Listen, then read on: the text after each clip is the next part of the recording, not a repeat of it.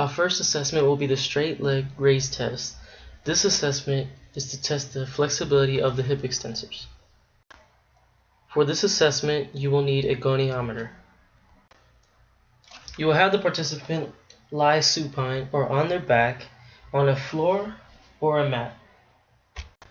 While keeping one leg flat against the floor, you will raise the other leg in a flexion position.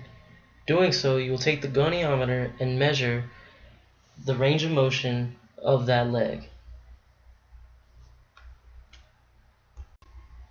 Be sure to measure twice and take the average of the angles that you receive. And also, be sure to do it to the other leg.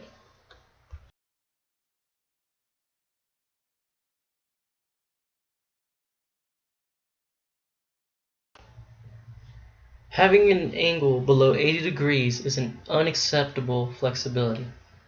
You will want your subject to be over 80 degrees, 90 degrees as desirable, and if above, better.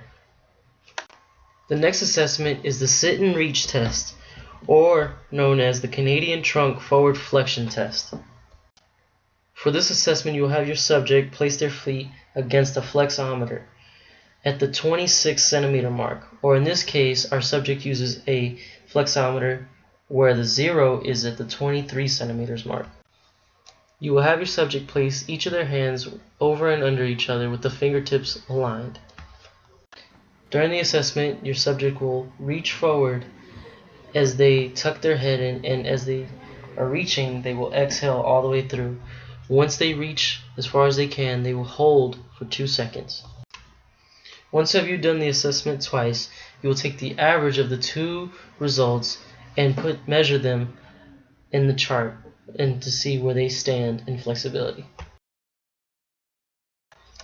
For our third assessment, we will have the subject do the YMCA sit and reach test. For this assessment, you will measure out a 10 to 12 inch strip of tape, and after, you will place it on the 15-inch mark of a yardstick.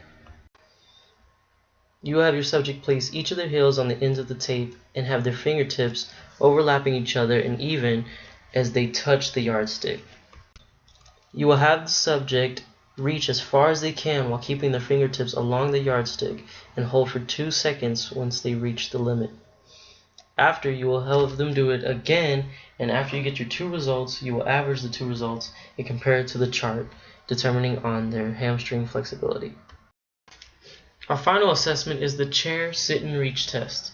To do this, you will need a chair that is 17 inches in height, and you will also need an 18-inch ruler.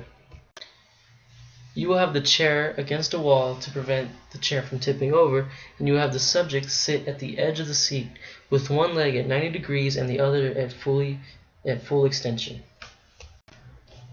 Just like in the past two protocols, you will have the subject hands one over each other with the fingertips even. You will have the subject reach as far as they go past their big toe. When doing so, you will measure the difference between their big toe and their fingertips.